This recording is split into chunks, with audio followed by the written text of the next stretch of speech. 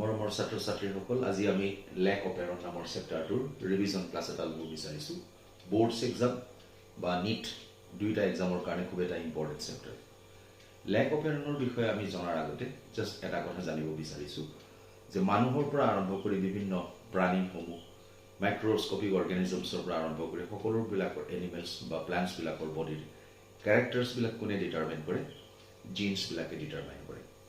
এই জিন্সবিলাক আমাৰ যিবোৰ বডিত আছে এই জিন্সবিলাকে সকলো সময়তে কাম কৰি থাকিবও পাৰে নাথাকিবও পাৰে অৰ্থাৎ মই এইটোৱে ক'ব বিচাৰিছোঁ যে some set of genes are always in work whereas some other set of genes always remain idle they need to be activated to carry out some specific function এই বিশেষ বস্তুৰ ওপৰত নিৰ্ভৰ কৰিয়ে আজি আমি লেক অপেৰন নামৰ এয়া পাঠটো আলোচনাৰ কাৰণে আমি বিচাৰিছোঁ So, লেক অপেৰণৰ বিষয়ে জনাৰ আগতে আমি প্ৰথমতে জানিব লাগিব what is an operon or operon model. So, what is an operon model? An operon is a group of genes that are transcribed at a time. অৰ্থাৎ অপেৰন বুলি ক'লে আমি এইটোকে বুজিম যে একাধিক জিন এটাতকৈ অধিক জিন যদি একে সময়ত একেলগে ট্ৰান্সক্ৰাইবড হয় অৰ্থাৎ এটাতকৈ অধিক জিনে যদি একে সময়তে একেলগে প্ৰটিন সিনথেসিস কৰে তেতিয়াহ'লে এই জিনবিলাকৰ সন্মিলিত যিটো কাম এই কামটোক আমি এটা অপাৰেশ্যন বা চমুকৈ আমি তাক অপেৰন বুলি ক'ব বিচাৰিছোঁ So therefore operon is a system where more numbers of genes that is more than one gene always work together and they will produce some specific protein at a time together Jacob and Monod F. Jacob and J. Monod এই দুগৰাকী বিজ্ঞানীয়ে প্ৰথমবাৰৰ কাৰণে lake অপেৰণৰ এই ধাৰণাটো আগবঢ়াইছিল আৰু সেই কাৰণে 1965ত তেখেতসকলক বিজ্ঞানৰ সৰ্বোচ্চ পুৰস্কাৰ নোবেল পুৰস্কাৰেৰে তেওঁলোকক সন্মানিত কৰা হৈছিল To French that is F. Jacob and J. Monod they first proposed the Lac Operon and they were awarded the Nobel Prize in 1965 তো লেক অপেৰনটো বুজিবৰ কাৰণে আমি কেইটামান বিশেষ কথা আমি আগতে বুজিব লাগিব আৰু সেইকেইটা হ'ল what are the components of a Lac Operon So the different components of Lac Operon are number 1 a promoter gene এটা promoter gene Lac Operonৰ এটা প্ৰধান অংশ তাৰ পিছত থাকিব এটা operator gene পিছত আছে I gene বা repressor gene then we get structural gene আৰু একেবাৰে শেষত আমি এটা পাইছো inducer promoter gene operator gene I gene বা repressor gene structural gene আৰু inducer কি এই বিষয়ে আমি পাঠটো যেতিয়া আমি পঢ়ি গৈ থাকিম তেতিয়া আমি খুব সুন্দৰকৈ বুজি পাম আমি এই গোটেইখিনি বস্তু যদি আমি বুজি পাইছো তেতিয়াহ'লে আমি এটা উদাহৰণ লৈ আহিছো যে ইয়াক লেক অপেৰন বুলি কিহৰ কাৰণে কোৱা হৈছে লেক শব্দটো আহিছে lactose শব্দৰ পৰা আৰু অপেৰন মই অকমানতে কৈছো যে lactose ডাইজেষ্ট কৰিবৰ কাৰণে ব্যাকটেৰিয়াৰ সেলৰ ভিতৰত একাধিক জিনে একে সময়তে একেলগে কাম কৰিবলগীয়া হয় আৰু এই পৰিঘটনাটো অপেৰন বুলি কোৱা হৈছে যেহেতু এই অপেৰনৰ ইনডিউচাৰ হিচাপে ল্যাকটোজে প্ৰধান ভূমিকা গ্ৰহণ কৰিব সেইকাৰণে ইয়াক আমি লেক অপেৰন বুলি ক'ব বিচাৰিছো তাৰ আগতে আমি জানিব বিচাৰিছো এটা ইকোলাই ব্যাকটেৰিয়া এইটো এটা ইকোলাই ব্যাকটেৰিয়া আমাৰ ছবিত পুৰুষ দেখা গৈছে ইকোলাই ব্যাকটেৰিয়াৰ প্ৰধান স্বভাৱ হ'ল যে glucose is it's main food glucose is a monosaccharide so it needs no digestion গতিকে ইকোলাই নামৰ ব্যাকটেৰিয়াবিলাকে যেতিয়া গ্লুকোজ খাদ্য হিচাপে গ্ৰহণ কৰে ইয়াক কোনো ধৰণৰ ডাইজেশ্যনৰ প্ৰয়োজন নহয় গতিকে গ্লুকোজ যেহেতু ইকোলাই ব্যাকটেৰিয়াবিলাকৰ খাদ্য therefore E. coli bacteria need not digest their food that is glucose এতিয়া কথা হ'ল যদি কিবা কাৰণত এই ব্যাকটেৰিয়াটো আমি গ্লুকোজ খাবলৈ দিয়া নাই বা ব্যাকটেৰিয়াটোৱে কিবা কাৰণত গ্লুকোজ খাবলৈ পোৱা নাই তেনে ভোকাটোৰ অৱস্থাত যদি এই ইকোলাই ব্যাকটেৰিয়াটো গ্লুকোজৰ সলনি এটা ডাইস্যাকাৰাইড ল্যাকটোজ যদি আমি খাবলৈ দিওঁ তেতিয়াহ'লে ল্যাকটোজ নামৰ এই ডাইস্যাকাৰাইড বা ডি শৰ্কৰাটো ইকোলাই ব্যাকটেৰিয়াই ডাইজেষ্ট কৰিব পাৰিবনে মই অকমান আগতে কৈছিল যে glucose is the food for E. coli bacteria and glucose needs no digestion therefore E. coli bacteria never have to digest the glucose and this is their habitual practice. But now this particular bacteria is introduced with a new food, that is a disaccharide, lactose, and it needs to be digested. But the question arises, will that particular E. coli bacteria be able to digest lactose sugar? ইয়াৰ ওপৰতে গৱেষণা আৰম্ভ কৰিছিলে Jacob আৰু মানৰে। আৰু তেখেতসকলে তেতিয়া গম পাইছিল যে গোটেই ডাইজেশ্যন প্ৰচেছটোৰ লগত এনজাইমছ জড়িত হৈ থাকে, আৰু এনজাইমছবিলাক প্ৰটিন, আৰু এই প্ৰটিনবিলাক সৃষ্টি হ'বৰ কাৰণে জিনৰ প্ৰয়োজন, অৰ্থাৎ প্ৰটিন সিন্থেসিস হ'বৰ কাৰণে ডিএনএৰ পৰা কিছুমান বিশেষ জেনেটিক কোড দৰকাৰ হ'ব। যেহেতু আমি ডিএনএ কে জিন বুলি কৈছো, গতিকে গ্লুকোজ ডাইজেশ্যন ল্যাকটোজ ডাইজেশ্যন কৰিবৰ কাৰণে ব্যাকটেৰিয়াৰ বডিত কিছুমান জিন এক্টিভ হ'ব লাগিব। এতিয়া আমি সেই জিনটোকে দেখাব বিচাৰিছো। এইটো এটা জিন, আৰু ইয়াত আমি জিনটোৰ কেইবাটাও সৰু সৰু খণ্ড আমি দেখা পাইছো। এতিয়া আমি আহিম প্ৰমোটৰ জিন বুলি মই কৈছিলো, প্ৰমোটৰ জিন, আৰু এই জিনটোৰ সেগমেন্টত দেখা পাইছো পি বুলি লিখা আছে, it's a প্ৰমোটৰ gene, it's a প্ৰমোটৰ জিন। দুইটা প্ৰমোটৰ জিনৰ মাজত আই বুলি লিখা আছে, আই বা ৰিপ্ৰেছৰ জিন, ৰিপ্ৰেছৰ জিন। ইয়াৰ পিছত মই ও লিখিছো, O is the operator gene. Z, Y আৰু এ, এই তিনিওটাক আমি একেলগে ষ্ট্ৰাকচাৰেল জিন বুলি কৈছো। গতিকে আমি দেখা পাইছো যে কেইবাটাও জিন একাধিক্ৰমে সজ্জিত হৈ আছে। ইয়াত P is the promoter gene, O is operator gene, I is repressor gene, Z, Y, A, এই তিনিওটাক আমি একেলগে ষ্ট্ৰাকচাৰেল জিন বুলি কৈছো। আৰু এই জিনটো আমি কাৰ দেখা পাইছো, এটা ই কোলাই ব্যাকটেৰিয়াৰ বডিৰ ভিতৰত এই জিনটো আছে। ই কোলাই ব্যাকটেৰিয়াটো এইখিনি সময়ত নৰ্মেল অৱস্থাত আছে, অৰ্থাৎ এইখিনি সময়ত ই কোলাই ব্যাকটেৰিয়াটোৱে গ্লুকোজকে খাদ্য হিচাপে খাই আছে। যেহেতু ই কোলাই ব্যাকটেৰিয়াৰ এইখিনি সময়ত প্ৰধান খাদ্য গ্লুকোজ, আৰু গ্লুকোজক হজম কৰাৰ কোনো প্ৰয়োজন নাথাকে, গ্লুকোজ নিডছ নো ডাইজেশ্যন, দেয়াৰফৰ ব্যাকটেৰিয়াটোৰ বডিত সেইখিনি সময়ত কোনো ডাইজেষ্টিভ এনজাইমৰ উপস্থিতিৰ প্ৰয়োজনীয়তা নাই। এতিয়া আমি ক'ব বিচাৰিছো যে গ্লুকোজৰ বডিত গ্লুকোজ ডাইজেষ্ট কৰিবৰ কাৰণে যেহেতু এই ব্যাকটেৰিয়াটোৰ বডিত কোনো ধৰণৰ এনজাইমেই নাই, গতিকে সেই সময়ত এই গোটেই অপেৰন সিস্টেমটো বন্ধ হৈ থাকে, means it does not work. আৰু সেইকাৰণে আমি সেইখিনি মই তাক কৈছো নেগেটিভ লেক অপেৰন বা নেগেটিভ অপেৰন ইন ই কোলাই। এইখিনি অৱস্থাত ই কোলাই ব্যাকটেৰিয়াটোৱে গ্লুকোজকে খাদ্য হিচাপে গ্ৰহণ কৰি আছে, আৰু তেনেকুৱা সময়ত যেতিয়া এটা ব্যাকটেৰিয়া ই কোলাই ব্যাকটেৰিয়াই গ্লুকোজ বা তাৰ যিটো নৰ্মেল ডায়েট, সেই ডায়েটটোকে তাৰ খাদ্য হিচাপে গ্ৰহণ কৰি থাকিব, সেইখিনি সময়ত আই জিন বুলি মই যিটো কৈছো আই বা ৰিপ্ৰেছৰ জিন, এই ৰিপ্ৰেছৰ জিনটোহে এক্টিভ হৈ থাকে। আৰু ৰিপ্ৰেছৰ জিনৰ মূল কাম হ'ল যে ৰিপ্ৰেছৰ জিন produces a repressor RNA, because this I gene is a part of DNA segment, আৰু DNA এৰ প্ৰধান কামেই হ'ল they can produce RNA, mRNA, আৰু এই I নামৰ অংশটোৱে মই ক'ব বিচাৰিছো ৰিপ্ৰেছৰ জিনে এটা ৰিপ্ৰেছৰ RNA produce কৰে,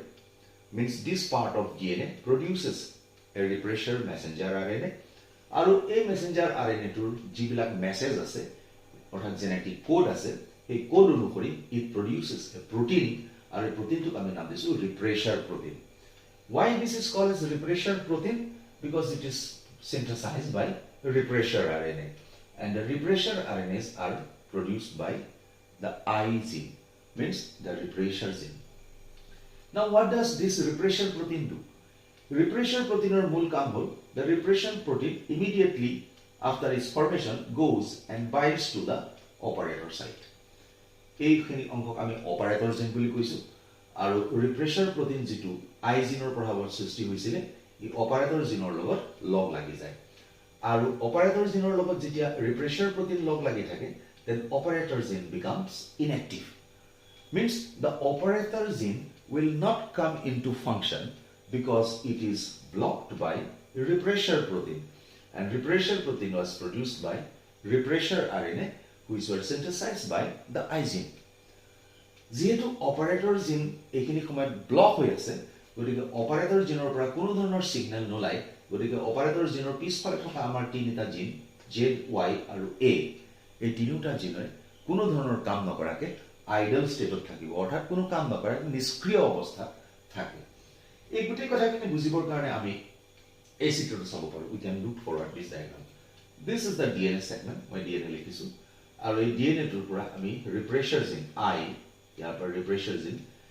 এটা ৰিপ্ৰেছৰ প্ৰটিন ফৰ্ম কৰিছে আৰু এই প্ৰটিনটো আই পাৰ্টৰ পৰা অৰ্থাৎ ইয়াৰ পৰা ওলাই আহিছে ওলাই আহি ও পাৰ্টৰ লগত লগ লাগিছে এই প্ৰটিনটো ফৰ্ম হৈছে আৰু এই ও বা অপাৰেটৰ জিনৰ লগত লগ লাগিছে and you can see this is the protein part. This protein part is binding to the operator site, so repressor protein binding to this operator site. As a result, the operator cannot work. Cross mark dekho ase. Cross mark dekho ase. It indicates that it means that operator gene does not work because it is bounded to a repressor protein. A repressor protein bilakot ami inhibitor buliu ko because they are inhibiting the process. Gote process to bondho kori rakha karone tak ami inhibitor protein buliu koisu. Jehetu ei inhibitor protein khinie operator genok inactive kori rakhise gotike Z Y আৰু A এই তিনিটা জিন যিকিটা জিন সদায় একেলগে থাকে সদায় একেলগে থাকিব আৰু কামো একেলগে কৰিব সেইকাৰণে সিহঁতক লিংক জিন বুলিও কওঁ these three link genes will not work গতিকে ইয়াত আমি যিখিনি ঘটনা দেখা পাইছো এই গোটেই ঘটনাখিনি দেখা পাইছো যে লেক অপেৰন নামৰ কোনো ধৰণৰ কাৰ্য ইয়াত সংঘটিত হোৱা নাই ইয়াত ব্যাকটেৰিয়াটোৱে স্বাভাৱিক খাদ্য গ্লুকোজ খাই আছে গতিকে সেইখিনি সময়ত অপেৰনটো নেগেটিভলি চলি আছে and that is why it is negative operon in E. coli bacteria. কিন্তু এই ব্যাকটেৰিয়াটোৱে যিটো ব্যাকটেৰিয়া অকমান আগলৈকে গ্লুকোজক খাদ্য হিচাপে খাই আছিল এই ব্যাকটেৰিয়াটো যদি গ্লুকোজ খাবলৈ নাপায় তেনেকুৱা অৱস্থাত যদি ইয়াক ল্যাকটোজক খাদ্য হিচাপে দিয়া হয় তেতিয়া হলে এই ল্যাকটোজৰ উপস্থিতিত আমি গম পাম যে ইনডিউসাৰ নামৰ এটা নতুন বস্তু আমি অকমান আগতে কৈছিল ইনডিউসাৰ মিন্স ল্যাকটোজ তো ল্যাকটোজৰ প্ৰৱেশ ঘটিছে অৰ্থাৎ গোটেই অপেৰন মডেলটোত inducer প্ৰৱেশ ঘটিছে means the inducer has started doing its action in this entire Lac Operon system now. ইয়াত আমি প্ৰথমতে চাব বিচাৰিছো E. coli bacteria টো যিটো E. coli bacteria prefers glucose as its food. Now this E. coli bacteria is not getting glucose as its food. Bacteria টো ভোকাতুৰ, it is hungry. আৰু ইয়াৰ বাহিৰৰ যিটো environment of there is availability of lactose and you can see these are lactose molecules. Now these lactose molecules, the question will be the food of this bacteria or not. A bacteria bilake glucose khabole poa nai gotike hote lactose bur khabo ne nakai prothom proshno ditiyo proshno jodi lactose bur bacteria to khadyo hisabe grohon kore teti hole how the bacteria will digest lactose because bacteria does not digest. It does not have specific enzyme to digest any food because glucose, which is its natural food, it needs no digestion. Moi kotha to akoman agoteu koisu. 3 number yar the problem ase lactose karone bacteria to jikhon cell wall, this cell wall is impermeable for lactose. Gotike lactose namor khadyo bila bacteria to cellor bitorot probekhu koribo nware. The lactose molecules cannot enter directly into the bacteria because the bacterial cell wall is impermeable for lactose. গতিকে এই ব্যাকটেৰিয়াটো এটা যথেষ্ট ক্ৰিটিক্যাল ষ্টেজৰ মাজত আছে তেনেকুৱা সময়ত by some system কিবা এটা বিশেষ পৰিঘটনাৰ দ্বাৰা maybe by facilitated transport বা active transport এনেকুৱা বিভিন্ন প্ৰক্ৰিয়াৰ সহায়ত যিকোনো এটা ল্যাকটোজ মলিকুল ইয়াত হাজাৰ হাজাৰ ল্যাকটোজ মলিকুল আছে তাৰে ভিতৰত eta lactose molecule kiba koi by hook or by crook by any means has crossed the cell membrane. Magoto kuchu je yar bahut lactose molecule ase ei lactose molecule bor khomabo nware tar bhitorot matro eta lactose molecule kiba upayere bacterial cell wall khon bhed kori bacteria to cellor bhitorot probesh kori gol. Then this particular lactose molecule which has entered into the bacteria cell now will act inducer. এতিয়া ইনডিউসাৰৰ উপস্থিতিত এই গোটেই মডেলটোৱে যেটো অকমান আগলৈকে negatively কাম কৰি আছিল the model will start now positively and now it will be positive operon in the same E. coli bacteria. আমি ইয়াত আগতে যেনেকৈ দেখা পাইছিলো I নামৰ এই বিশেষ জিনটো যাক আমি ৰিপ্ৰেছৰ জিন বুলি কৈছিলো এই ৰিপ্ৰেছৰ RNA প্ৰডিউস কৰি আছিল আৰু ৰিপ্ৰেছৰ RNA পৰা আমি ৰিপ্ৰেছৰ প্ৰটিন পাইছিলো সেম আমি লিখিছো this is I gene normal অৱস্থা this is repressor mRNA and repressor mRNA is producing a repressor protein. অকমান আগত দেখাইছিলো যে এই repressor protein-টোৱে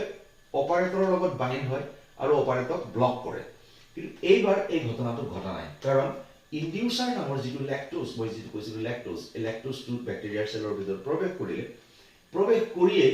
এই lactoseৰ মেইন টাৰ্গেট হ'ব repressor protein নামৰ inhibitor যে গোটেই সিস্টেমটো বন্ধ কৰি ৰাখিছিল lactose will come and will bind with the repressor protein ইয়াত repressor proteinক বান্ধি ৰাখিব কোনেও পৰা নাছিল এই কাৰণে operator জিনৰ লগত লগ লাগিছিল but this time repressor protein has been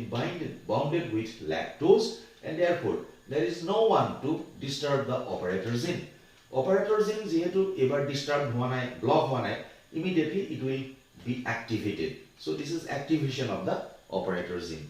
যেতিয়া operator gene active হ'ব immediately operator gene under the signal of promoter gene will start producing RNA polymerase. অর্থাৎ RNA polymerase নামৰ এটা এনজাইম প্ৰডিউস কৰা আৰম্ভ কৰিব অপাৰেটৰ জিনে আৰু এই এনজাইমটোৱে Z, Y আৰু A নামৰ যিখিনি ষ্ট্ৰাকচাৰেল জিন আছিল এই ষ্ট্ৰাকচাৰেল জিনখিনি যিখিনি আগতে কাম নকৰাকে বহি আছিল আইডল জিন আছিল এই আইডল জিন বিলাকক অ্যাক্টিভ কৰি পেলাব means under the instruction of operator gene with the help of RNA polymerase these three structural genes which already I have mentioned as linked genes now they will come under action and তিনিটা জিনে তিনিটা বেলেগ বেলেগ enzyme প্ৰস্তুত কৰিব now what will be the enzyme produced by the Z gene which is a part of structural gene Z gene will produce one enzyme called β-galactosidase Y gene produce কৰিব permease নামৰ দুই number enzyme আৰু A নামৰ যিখিনি structural gene আছে তাৰ পৰা produce হ'ব transacetylase means you can see under the influence of operator gene these three genes have started working together means these three genes transcribed together and has produced three enzymes together aru hekarne ami ta koisilu an operon is a group of genes you can see these are the three genes group of genes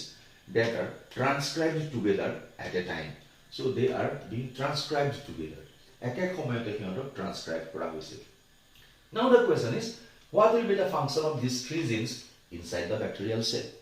bacterial cell ei tinita notunke produce hoy gene ki koribo first the permease gene the permease namor jitu enzyme this will come into action permease er mool kam hobo